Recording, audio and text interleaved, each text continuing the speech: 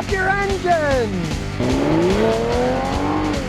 Today, I'm going to show you how you can use it to diagnose problems that your car has. It's evolved to do many things besides just rust corrosion. Now let's say your car's idling kind of poorly and you got a code for your engine's running lean. That means too much air, not enough fuel. Often it's a vacuum leak. You can use these to pinpoint vacuum leaks. If you got a leak, idling bad, you've got a code for running too lean, start spraying this around all over the intake system where air is being sucked in. Then where you get to where it's leaking, the idle's going to start changing.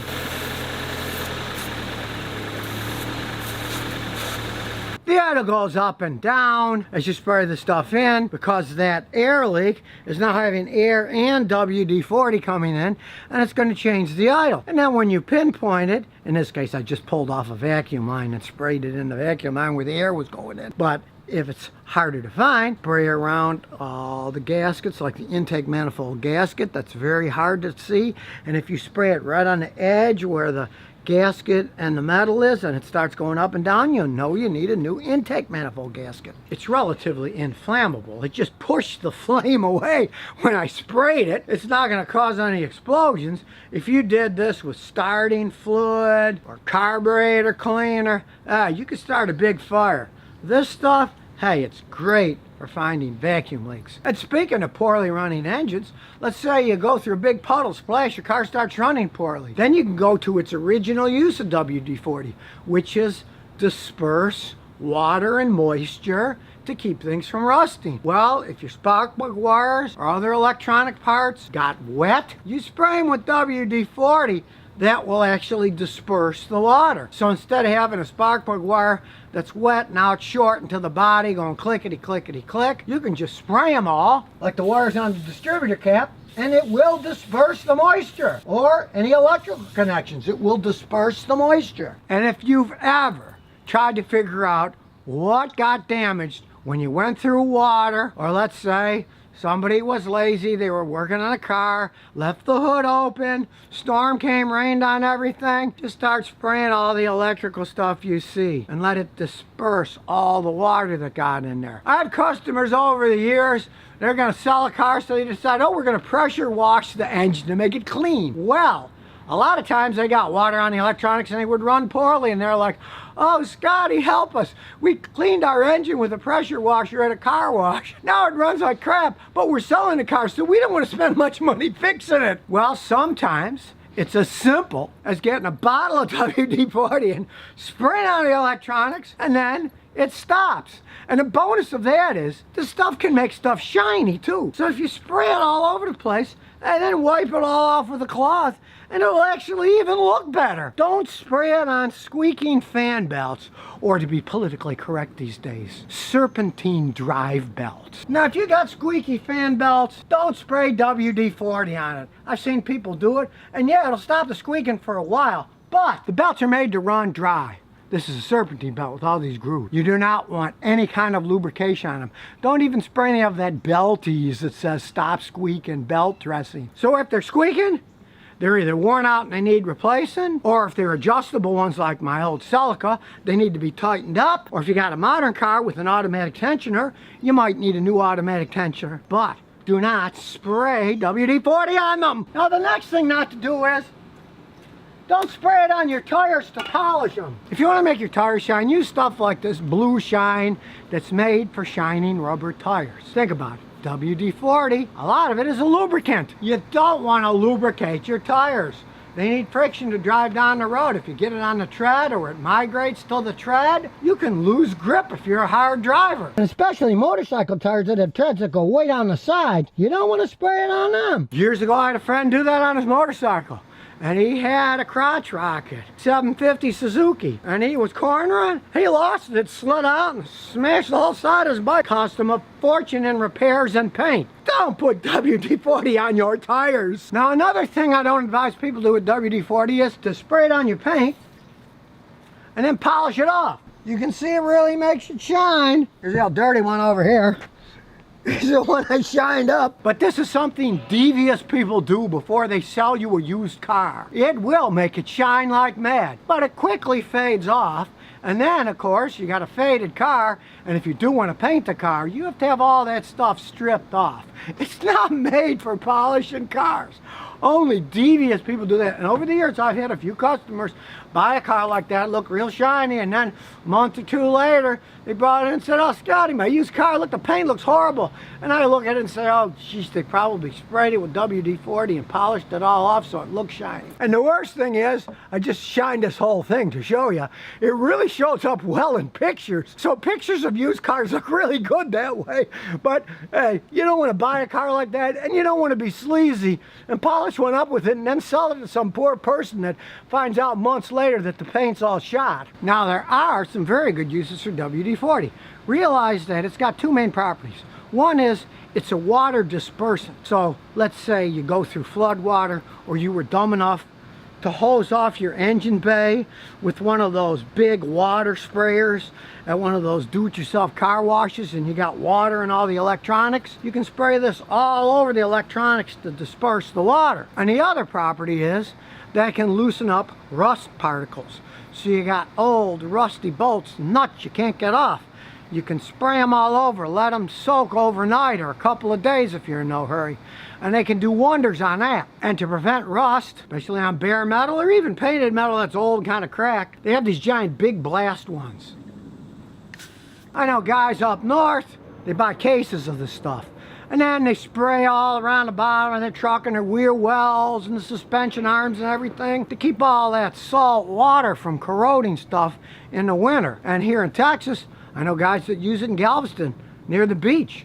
They'll spray their stuff to protect it, to keep it from being corroded by the salt water air that blows in from the Gulf. And of course, if you got squeaky parts or rusty parts under the car, just jack it up. And here's why I like this cool wand this one came with. So you can bend it and spray it wherever you want. Maybe your struts are getting a little squeaky. The mounts may be ripped under there. The rubber. Hey, this can help. And you can go way up in the top, spray that too. Let's say you got squeaky bushings where rubber goes in.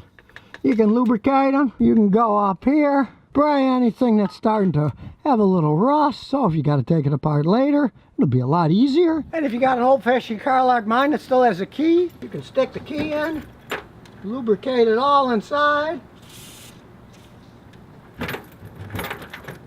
then quick wipe the excess off. And of course, you can do the same thing on your ignition key. Just spray the switch, then wiggle it around a little. Now, I know a lot of people are going to whine about that. They'll say, "Oh, Scotty, you shouldn't use it on locks." Well, heck, yeah, there's a lot of other sprays you can use. I never had a problem. The WD-40 doesn't harm any electronics, so you do it on the ignition switch. It's not going to hurt any electronic parts.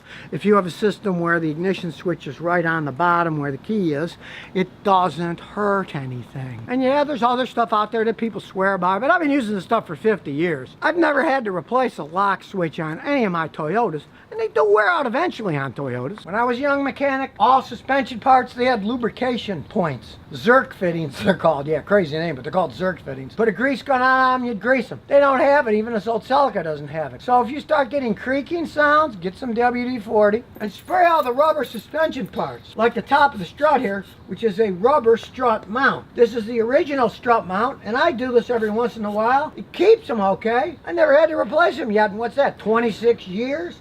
Little spray here, a little spray there. Now, over the years, I've had quite a few customers that had squeaky noises, and some were absolute fanatics that didn't like any squeaks at all. And I'd say to them, well, I'd jack it up, pulling the wheels, they're structurally sound, so there's nothing really wrong, but they say, oh, the noise drives me nuts. Well, rather than start guessing with expensive parts like one of my customers did, she had a Mercedes, she was nuts about the noise, so she took it to a front-end shop, spent $1,500. 2 months later, the same sound came right back. So if you are a fanatic about noise, you can use this to pinpoint where it's coming from. Now, it might take time, but it's not hard to do. You would just spray parts one at a time. Spray the strut mount. Drive it around for a few days. If the noise goes away, you know that's what the noise was. Now, if the bushing is really worn out, hey, yeah, you got to replace it. But at least you'll know what was making the noise. And if it's not that, then you jack up the car, And you could spray like the lower ball joint on one side, then drive it around a little. See if the noise went away. If it did, and then it came back later, you'd know, well, I sprayed the ball joint, it went away. The noise came back, so I'll replace the ball joint. And with modern cars, and they're very complex and expensive to repair suspension systems, it's better to check the things out one at a time. But maybe it wasn't the ball joints. Then to the lower control arm, and there's two big bushings. Spray those bushings. If the noise goes away, you'll know, well, we're going to have to replace the bushings in the modern cars. Most of them you can't even replace them. You just replace the whole lower control arm assembly. But using this stuff, you can diagnose exactly what the problem is. Now, don't do like some guys do. They'll go and they'll spray everything and they'll say, oh, the noise went away. But then if it does come back, you won't know which one it was. Now, if you just want to try to get rid of the noise for a while, sure. Get a big can, like this Monster Industrial size, and spray all the rubber bushings. And it goes away great. But if you want to pinpoint which one it is, just do one at a time. And then eventually, you'll be able to pinpoint which one it is. Because even if it's bare metal to metal, now of course this won't fix bare metal to metal because the bushing's gone. But even if it's bare metal to metal, when you spray the stuff on the bare metal to metal, the noise will go away for a while. Usually until the first big rainstorm when it gets washed off. But at least you'll know that's what the noise came from. It's a very good diagnosis tool. But just remember, like I said, you got to be scientific. You can't do 10 things and then see what happens. You got to do them one at a time, and it might take some time, but it's your time. It's so easy to spray the stuff on. You can do it yourself, and you're not paying a mechanic $100 an hour to fool around with your car to find something that might take them hours to do. You can easily do the stuff yourself to at least find what it is, even if you're not going to take off a lower control arm and put one on. And there's something you can partially use WD-40 for. Let's say your door hinges are getting rusty. We just open it up and spray the rusty hinges. Then you can let it soak for a few days, but then you should wipe any excess off and use this. Now this is WD-40 water-resistant silicone spray. It's not the WD-40 normal one. It's just the company makes a silicone spray too. You can use any silicone lubricant you want.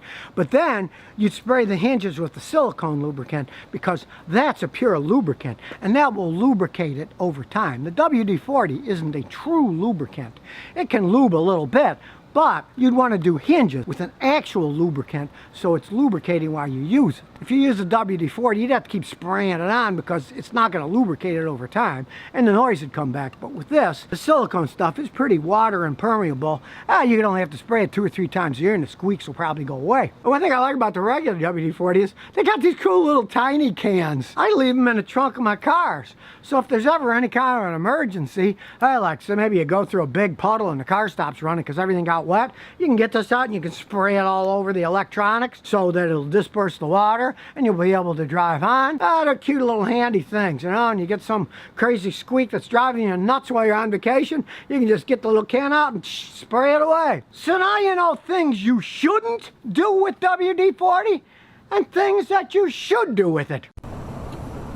So if you never want to miss another one of my new car repair videos, remember to ring that bell.